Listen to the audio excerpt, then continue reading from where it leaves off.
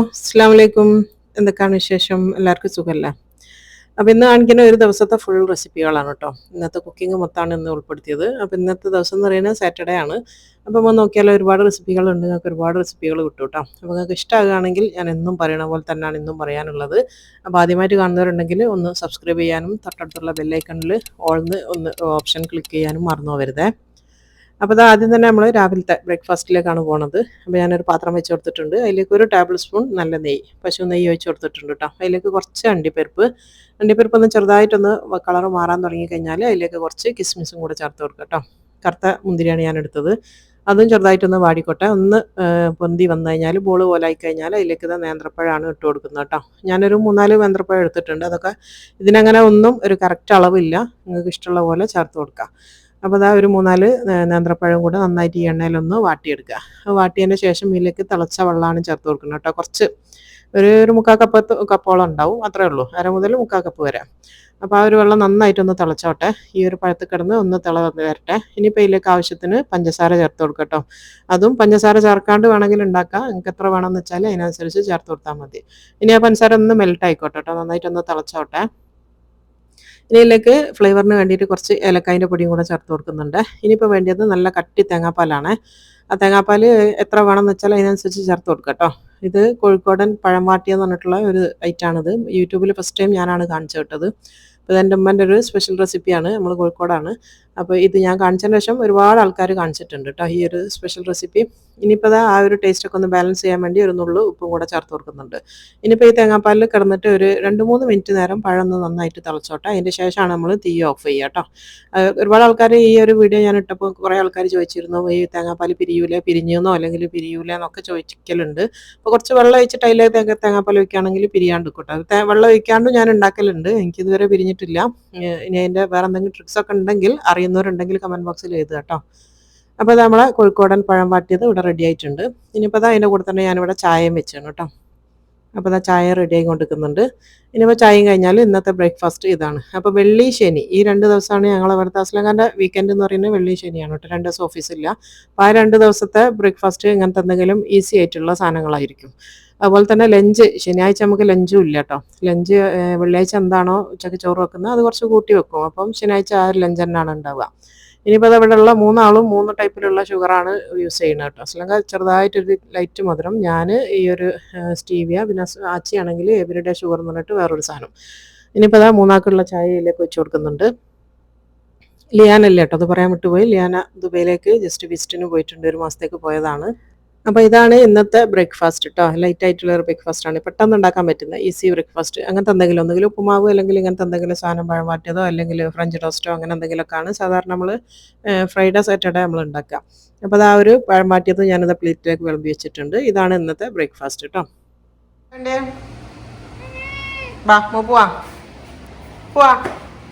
പോവാണേ.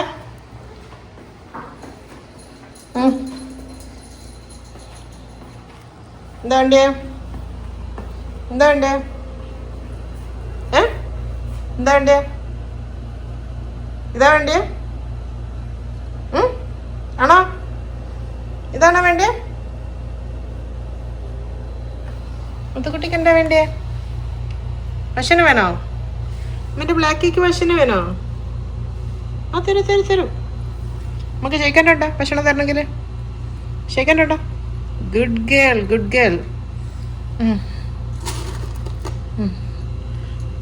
ചത്താലും വേണ്ടിയില്ല, ഒറ്റക്ക് ഒന്നുമില്ല അല്ലേ?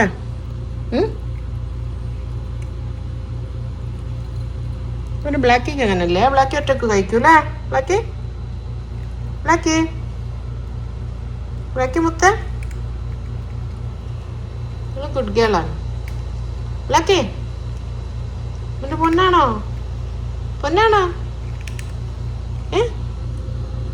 ഇതൊരു മടിച്ചിപ്പാറുവാണ് അല്ലേ? മടിച്ച് അപ്പോൾ അത് അടുത്തത് ഞാൻ ഇന്ന് ഡിന്നറിൻ്റെ റെസിപ്പിയാണ് ഇതിൽ ഉൾക്കൊള്ളിച്ചത് കേട്ടോ. അപ്പോൾ ഡിന്നറിന് വേണ്ടിയിട്ട് അതും ഇന്നത്തെ ഒരു തട്ടിക്കൂട്ട് ഡിന്നറാണ്. അപ്പോൾ അത് 1 കിലോ ചിക്കൻ ഞാൻ കുക്കറിലേക്ക് ഇട്ട് കൊടുത്താണ്. പിന്നെ അതാ കുറച്ച് റഫായിട്ട് അരിഞ്ഞ 2 വലിയ സൈസുള്ള ഉള്ളിയാണ് എടുത്തത് കേട്ടോ. അങ്ങനെ എങ്ങനെ വേണമെങ്കിലും നിങ്ങൾക്ക് അരിയാം, ഇഷ്ടമുള്ള പോലെ അരിഞ്ഞെടുക്കാം. ഞാനിപ്പോൾ അത് റഫായിട്ടൊന്ന് ചെറിയ കുറച്ച് തടിയിലാണ് അരിഞ്ഞെടുത്തത്. ഇനിയിപ്പോൾ ഇതിലേക്ക് വേണ്ടി ഇഞ്ചി വെളുത്തുള്ളി അത് മുഴുവൻ തുടക്കം ഉള്ളതുണ്ടെങ്കിൽ അങ്ങനെ തന്നെ ഇട്ട് കൊടുത്താൽ മതി. എൻ്റെ അടുത്ത് ഇപ്പോൾ അതില്ല, പേസ്റ്റാണ് ഉള്ളത്. 1 ടേബിൾ സ്പൂണോളം ഞാൻ പേസ്റ്റ് ഇട്ട് കൊടുക്കുന്നുണ്ട്. പിന്നെ വേണ്ടിയത് തക്കാളിയാണ് കേട്ടോ. മീഡിയം സൈസുള്ള 2 തക്കാളി ഇതേപോലെ വലിയ പീസായിട്ട് അരിഞ്ഞെടുത്തിട്ടുണ്ട്. ഇനിയിപ്പോൾ വേണ്ടിയ പൊടികളാണ് കുറച്ച്. ഇപ്പം മുളക് പൊടി, ഇതിവിടെ എരിവില്ലാത്ത മുളക് പൊടിയാണ്. ഞാനിപ്പോൾ ഒരു 2 ടേബിൾ സ്പൂൺ നിറച്ചെടുക്കുന്നുണ്ട്. എരിവിനനുസരിച്ച് നിങ്ങൾക്ക് കൂട്ടുകയും കുറയ്ക്കുകയൊക്കെ ചെയ്യാം കേട്ടോ. പിന്നെ വേണ്ടി ഒരു 1/2 ടീസ്പൂണോളം മഞ്ഞൾപ്പൊടി ചേർത്ത് കൊടുക്കുന്നുണ്ട്. പിന്നെ ഗരം മസാല ആണ് വേണ്ടിയത്, അതും 1 ടീസ്പൂൺ കേട്ടോ. എൻ്റെ കയ്യിലുള്ള സ്പൂണിൻ്റെ വലിപ്പങ്ങൾ കാണുന്നുണ്ടല്ലോ, അതുകൊണ്ടാണ് 3 പ്രാവശ്യമായിട്ട് ഇടുന്നത്. 1 ടീസ്പൂണാണ് ഗരം മസാല ഇട്ടത്. പിന്നെ വേണ്ടിയത് വലിയ ജീരകത്തിൻ്റെ പൊടി, ഫെനൽ പൗഡറാണ്, അത് 1/2 ടീസ്പൂൺ കേട്ടോ. ഇത്രയുള്ള പൊടികൾ. ഇനിയിപ്പോൾ വേണ്ടി കുറച്ച് ടൊമാറ്റോ പേസ്റ്റാണ്. അപ്പോൾ ഈ ഒരു ടൊമാറ്റോ പേസ്റ്റ് ഇങ്ങനെ പാക്കറ്റിൽ വാങ്ങിക്കാൻ വേണ്ടി കിട്ടും. ഇനിയിപ്പോൾ നിങ്ങളെ കയ്യിലില്ല എന്നുണ്ടെങ്കിൽ പകരം ഞാനിപ്പോൾ ഈ ഇട്ട തക്കാളി ഇല്ല, തക്കാളിൻ്റെ കൂടെ 1 തക്കാളിയും കൂടെ കൂട്ടിയിട്ട് മിക്സിയിൽ അടിച്ചിട്ട് ഒഴിച്ച് കൊടുത്താൽ മതി കേട്ടോ, അരച്ചൊഴിച്ചാൽ മതി. ഇതുണ്ടെങ്കിൽ 2 ടേബിൾ സ്പൂൺ ഇത് ഒഴിച്ച് കൊടുക്കുക. ഇനിയിപ്പോൾ ആവശ്യത്തിന് ഉപ്പ് ചേർത്ത് കൊടുക്കട്ടോ. ഞാനിപ്പോൾ 1 ടീസ്പൂൺ നിറച്ച് ഇട്ട് കൊടുക്കുന്നുണ്ട്. എന്നിട്ട് നോക്കിയിട്ട് വേണമെങ്കിൽ ചേർത്ത് കൊടുത്താൽ മതി. ഇനിയിപ്പോൾ ഇതെല്ലാം കൂടെ ജസ്റ്റ് ഒന്ന് കൈ കൊണ്ടൊന്ന് മിക്സ് ചെയ്ത് കൊടുക്കുക കേട്ടോ. ഇതൊരു ട്രഡീഷണൽ നാടൻ റെസിപ്പിയാണ് കേട്ടോ. അത് പണ്ടത്തെ കാലത്തുള്ള ഒരു റെസിപ്പി തന്നെയാണത്. ഇതെന്ന് വെച്ചാൽ വിറകടുപ്പിൽ നമ്മളെ ചട്ടിയില്ലേ, വലിയ കുടുക്കച്ചട്ടി പോലത്തെ ചട്ടിയിലാണ് ഇത് അടുപ്പിൽ വെച്ചിട്ട് വേവിച്ചെടുക്കുക. അപ്പോൾ ഈ ഒരു റെസിപ്പി അതുപോലെ നാട്ടിലുള്ളവർക്ക് ചെയ്യാൻ പറ്റുമെങ്കിൽ അങ്ങനെ ചെയ്ത് നോക്കുക. അടിപൊളി ടേസ്റ്റിയാണ് കേട്ടോ. നമ്മളിവിടെ ഈസി ആയിട്ട് നമ്മൾ കുക്കറിൽ ഉണ്ടാക്കണമെന്നേ ഉള്ളൂ. ഇപ്പോൾ നന്നായിട്ട് മിക്സ് ചെയ്ത് കൊടുത്തിട്ടുണ്ട്. ഇനിയിപ്പോൾ ഒറ്റ വിസിലിട്ട്, അത് കൂടുതൽ വെന്ത് പോകാൻ പാടില്ല. ഒരു 75% നമുക്ക് കുക്ക് ആവേണ്ടിയുള്ളൂ.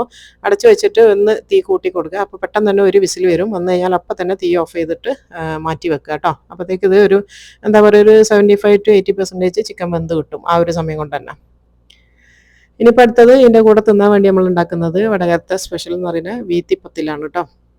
അപ്പോൾ നമ്മൾ ബിരിയാണി ഉണ്ടാക്കുന്ന കൈമ റൈസിലെ ജീരകശാല അതാണ് ഇട്ടത്. 2 കപ്പ് അരി ഞാൻ 5-6 മണിക്കൂർ വെള്ളത്തിൽ കുതിർത്ത് വെച്ചിട്ടുണ്ട്. രാവിലെ തന്നെ അവിടെ കുതിർത്തി വെച്ചതാണ് കേട്ടോ. ഇനിയിപ്പോൾ അത് നന്നായിട്ട് കഴുകി കൊണ്ടുവന്നതിന് ശേഷം ഇത് നമ്മൾ മിക്സിയിലേക്ക് ഇട്ട് കൊടുക്കുകയാണ്. ഒരുപാട് ക്വാണ്ടിറ്റി ഇല്ല, 2 കപ്പേ ഉള്ളൂ. അപ്പോൾ ഞാൻ ഇതിൻ്റെ 3/4 ഭാഗത്തോളം ഫസ്റ്റ് ബാച്ചിൽ തന്നെ ഇട്ട് കൊടുക്കുന്നുണ്ട്. പിന്നെ കുറച്ചേ ബാക്കിയുള്ളൂ. അത് നമുക്ക് രണ്ടാമത്തെ ബാച്ചായിട്ട് ഒന്ന് അരച്ചെടുത്താൽ മതി. ഇനിയിപ്പോൾ ഇതിലേക്ക് 2 കപ്പ് അരിക്ക് വേണ്ടത് 2 മുട്ടയാണ് കേട്ടോ. 2 കപ്പ് അരി എടുക്കുമ്പോൾ 2 മുട്ട എടുക്കുക. അപ്പോൾ അതാ 2 മുട്ട അതിനെ പൊട്ടിച്ച് വെച്ചിട്ടുണ്ട്, അതും കൂടെ ഇട്ട് കൊടുക്കുന്നുണ്ട്. പിന്നെ വേണ്ടത് നല്ല കട്ടി തേങ്ങാപ്പാലാണ് കേട്ടോ. ഒരു തേങ്ങ ഫുള്ള് എടുക്കേണ്ടി വരും. ഇപ്പോൾ ഒരു തേങ്ങാപ്പാൽ എടുക്കുന്നതാണെങ്കിൽ, ഞാനിപ്പോൾ ഇത് പൊടി കലക്കിയിട്ടുള്ള തേങ്ങാപ്പാലാണ്, 1/2 കപ്പാണ് എടുത്തത്. ഇനി ഇത് നന്നായിട്ട് അരച്ചെടുക്കുക കേട്ടോ.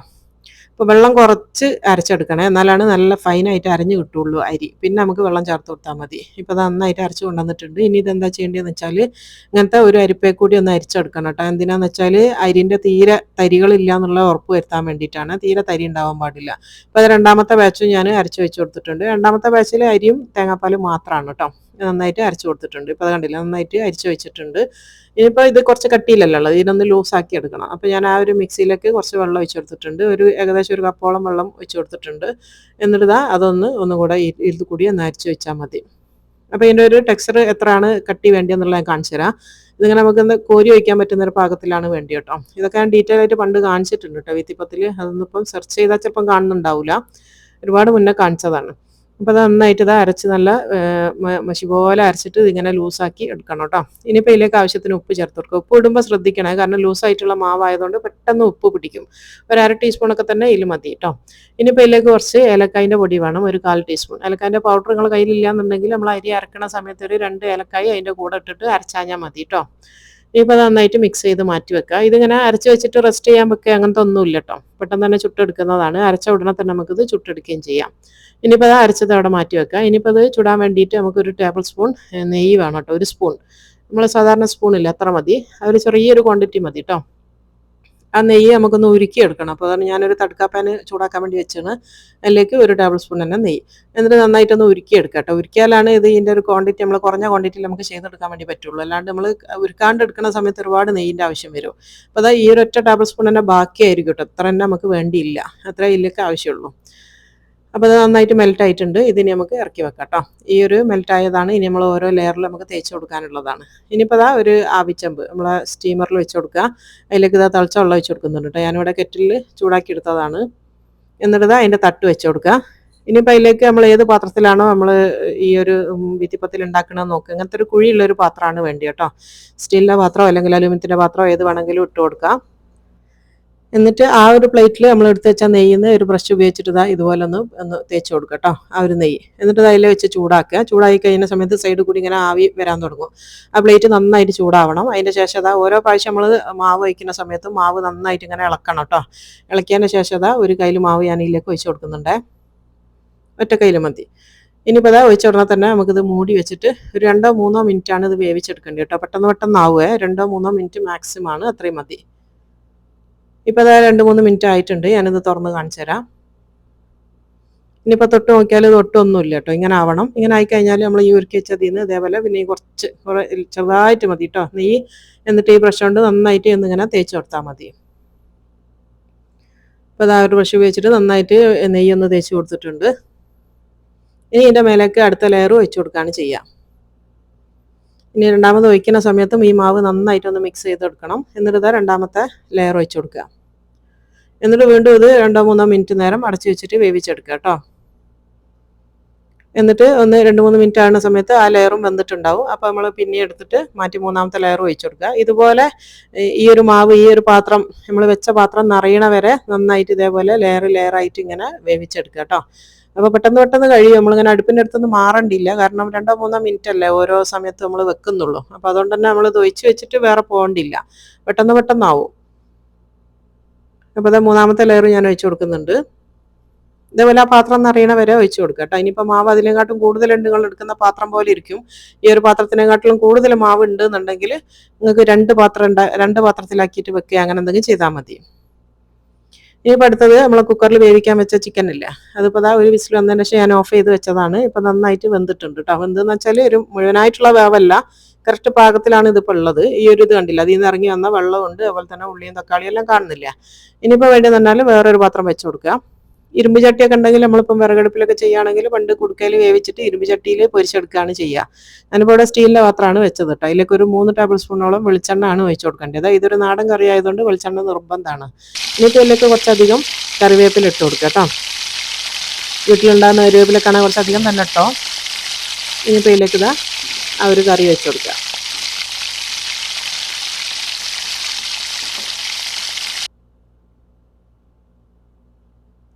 ഇനി അത് നന്നായിട്ട് മിക്സ് ചെയ്ത് കൊടുക്കുക കേട്ടോ. ഇനി നമ്മളൊരു മീഡിയം തീയിൽ വെച്ചിട്ട് ഇതിൻ്റെ ഒരു വെള്ളം ഒന്ന് വറ്റണം കേട്ടോ. ഈ ഒരു ബാക്കി കുറഞ്ഞൊരു വേവും കൂടി ഈ ഒരു ചിക്കനുണ്ട്. അപ്പം കുറച്ച് സമയം ഇതൊന്നിങ്ങനെ ഒന്ന് വറ്റിച്ചെടുക്കുക. ഒരുപാട് വറ്റണം എന്നുണ്ടെങ്കിൽ അതൊക്കെ നിങ്ങളെ ഇഷ്ടം പോലെ കേട്ടോ. ഒരുപാട് വറ്റിക്കണം എന്നുണ്ടെങ്കിൽ അങ്ങനെ വറ്റിക്കുക. ഞാനങ്ങനെ ഒരുപാട് വറ്റിക്കുന്നില്ല, ചെറുതായിട്ടൊരു ഗ്രേവിയോട് കൂടിയാണ് ഞാൻ എടുക്കുന്നത്. ഇനിയിപ്പോൾ അടച്ച് വെച്ചിട്ടുണ്ട്. ഇനിയിപ്പോൾ നന്നായിട്ട് ഇതൊന്ന് വറ്റിക്കോട്ടെ. അപ്പോൾ കണ്ടില്ല, നന്നായിട്ട് തിളച്ചിട്ടുണ്ട്. തിള വന്നു കഴിഞ്ഞാൽ തീ ഒന്ന് ചെറുതാക്കി വെക്കുക. അതുപോലെ തന്നെ ഇടയ്ക്കിടയ്ക്കൊന്ന് ഇളക്കി കൊടുക്കണം കേട്ടോ, ആവണ വരെ. ഇപ്പം അത് ആയിക്കൊണ്ട് നിൽക്കുന്നുണ്ട്. ഇടയ്ക്കിടയ്ക്ക് ഞാൻ മൂടി തുറന്ന് ഒന്ന് ഇളക്കി കൊടുക്കുന്നുണ്ട്. ഒരു 5-6 മിനിറ്റ് നേരം നമ്മളിത് ഇങ്ങനെ ഒരു മീഡിയം തീയിലിട്ടിട്ട് നമുക്കിതൊന്ന് വേവിച്ചെടുക്കണം.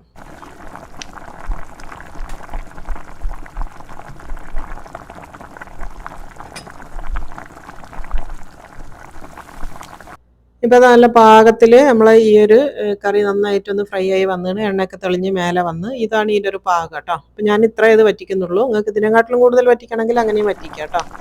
അപ്പോൾ നമുക്ക് ആ ഒരു ഇതിന് കുറച്ചൊരു ഗ്രേവി വേണം, കാരണം ഒന്ന് കുഴച്ച് തിന്നാനൊക്കെ കുറച്ചൊരു ഗ്രേവിയോട് കൂടിയാണ് ഞാൻ എടുക്കുന്നത്. ഇത്ര ഞാൻ എടുക്കുന്നുള്ളൂ. അപ്പോൾ അത് നല്ല കറക്റ്റ് പാകത്തിൽ എല്ലാം ഗ്രേവിയും അതേപോലെ തന്നെ ചിക്കനും ഒക്കെ നന്നായിട്ട് വെന്ത് നല്ല ഒന്ന് ഫ്രൈ ആയിട്ട് വന്നിട്ടുണ്ട് കേട്ടോ. ഈസിയാണ്. ഈ ഒരു റെസിപ്പി കണ്ടപ്പോൾ നിങ്ങൾക്ക് മനസ്സിലായി ഉണ്ടാവില്ലേ. ഏറ്റവും എന്താ പറയുക, ഒരു കുക്കിങ്ങിൻ്റെ ഒരു ABCD പോലും അറിയാത്ത ഒരാൾക്ക് പോലും ഈസി ആയിട്ട് ഉണ്ടാക്കാൻ പറ്റുന്ന ഒരു കറിയാണിത്. നല്ല ടേസ്റ്റുമാണ് കേട്ടോ. ഇനിയിപ്പോൾ നമ്മൾ ആ ഒരു വീത്തിപ്പത്തിൽ മൊത്തം ഉണ്ടാക്കിയതാണ് കേട്ടോ. ആ പാത്രം നിറയുന്ന വരെ ഞാൻ വെച്ചിട്ട് ഇതേപോലെ വേവിച്ചെടുത്തതാണ്. എന്നിട്ട് ചൂടാറിയതിന് ശേഷം നമുക്കിത് പെട്ടെന്ന് തന്നെ കമത്തി എടുക്കാൻ വേണ്ടി പറ്റും. ഇല്ലാന്നുണ്ടെങ്കിൽ ചെറുതായിട്ട് നിങ്ങൾക്ക് പോരുന്നില്ല എന്നുണ്ടെങ്കിൽ കത്തി കൊണ്ടൊന്ന് സൈഡൊന്ന് വിടുവിച്ച് കൊടുത്താൽ മതി കേട്ടോ. അപ്പോൾ ഇത് കണ്ടില്ല, ഈസി ആയിട്ട് ഇങ്ങോട്ടേക്ക് പോരും. പിന്നെ ഓരോ അരി, ജീരകശാല അരി തന്നെയാണെങ്കിൽ തന്നെ ചിലതിന് ഒട്ട് കൂടുതലുണ്ടെങ്കിൽ ഒട്ടാന്ന് പറയില്ല, നമ്മൾ ചെറുതായിട്ടൊരു പറ്റൊക്കെ ഉണ്ടെങ്കിൽ ചെറുതായിട്ടൊരു ഒട്ടലുണ്ടാവും. അല്ലാന്നുണ്ടെങ്കിൽ നല്ല കറക്റ്റായിട്ട് കിട്ടും.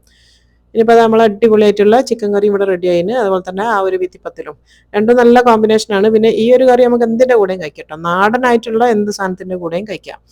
പത്തിരിയോ അല്ലെങ്കിൽ ചപ്പാത്തിയോ അങ്ങനത്തെ എന്തെങ്കിലും പൊറോട്ടൻ്റെ കൂടെ, അതൊക്കെ നല്ല ടേസ്റ്റാണ് അതിൻ്റെയൊക്കെ കൂടെ കഴിക്കാൻ വേണ്ടിയിട്ട്. അടിപൊളി ടേസ്റ്റ് ആയിട്ടുള്ളൊരു കറി തന്നെയാണ്. അപ്പോൾ എല്ലാവരും ട്രൈ ചെയ്ത് നോക്കണം, മറന്നു പോകരുത്. എന്നിട്ട് നിങ്ങൾ ഇതിൻ്റെ ഫീഡ്ബാക്ക് എന്നെ അറിയിക്കാനും വിട്ടു പോകരുത് കേട്ടോ. അപ്പോൾ ഞാൻ ലാസ്റ്റ് അതിലേക്ക് ഒരു 3-4 പച്ചമുളകും കൂടെ ചേർത്ത് കൊടുത്തിട്ടുണ്ട്. പിന്നെ അതാ കുറച്ച് മല്ലിച്ചപ്പ്, ഒരു ഗാർണിഷിങ്ങിന് വേണ്ടി മാത്രം ഞാൻ കുറച്ച് മല്ലിച്ചപ്പ് ഇട്ടെന്നേ ഉള്ളൂ. നിർബന്ധമൊന്നുമില്ല, കാരണം നമ്മളിതിൽ കറിവേപ്പില ഇട്ടണമല്ലോ.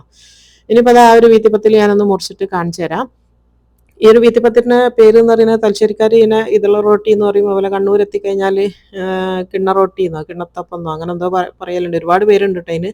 അടുക്ക് പത്തിരി എന്ന് പറയും. അതുപോലെ തന്നെ നമ്മളവിടെ വടകര പറയുക ഇതിന് വീത്തിപ്പത്തിൽ എന്നാണ് കേട്ടോ. വീത്തിപ്പത്തിൽ ബി എന്നാ പറയുക, വീത്തിപ്പത്തിൽ എന്നാ പറയുക, അല്ലെങ്കിൽ വീത്തിപ്പത്തിൽ അങ്ങനെ എന്തൊക്കെ എന്തോ ആണെന്ന് തോന്നുന്നു. അപ്പോൾ നല്ല ടേസ്റ്റാണ്. ഞാനിത് ഈ ഒരു റെസിപ്പി പഠിച്ചത് ഞാൻ പണ്ട് എൻ്റെ വീഡിയോയിൽ പറഞ്ഞിട്ടുണ്ട്. റസീൻത്താൻ്റെ കാരണവർ മോൻ്റെ ഭാര്യയാണ്.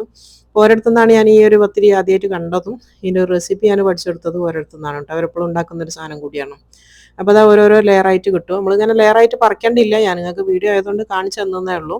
അതങ്ങനെ തന്നെ വെച്ചിട്ടാണ് നമ്മൾ കഴിക്കുക കേട്ടോ. അങ്ങനെ ലെയറായിട്ട് അടർത്തി എടുത്തിട്ടല്ല കഴിക്കുക. തിന്നണ സമയത്താണ് നമ്മളത് പ്ലേറ്റിൽ നിന്നാണ് ഇങ്ങനെ ഓരോന്നോരോന്നായിട്ട് അടർത്തിയെടുക്കുക.